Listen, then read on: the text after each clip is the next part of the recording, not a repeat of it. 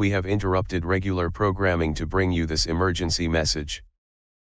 This message is being broadcast at the request of the emergency management officials, the National Weather Service, the United States Geological Survey and the United States government. At approximately 10:15 p.m. Pacific Daylight Time, the National Weather Service has issued a tsunami watch for the entire west coast of the United States, Hawaii, and Shrimp Island until further notice. This is an extremely dangerous and life-threatening situation. A large tsunami is expected to hit all of Shrimp Island, Hawaii, and the entire western seaboard in the next 10 to 12 hours.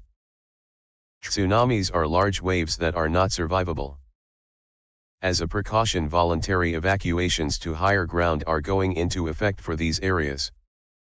If you want to evacuate, do so now so you don't get stuck into massive traffic. Grab all of the people in your home and take food, water, medical supplies, a battery-powered radio, and other necessities with you. Do not pick up relatives at schools, hospitals, or nursing homes. These facilities have set up their own evacuation procedures. All beaches will be abandoned until further notice.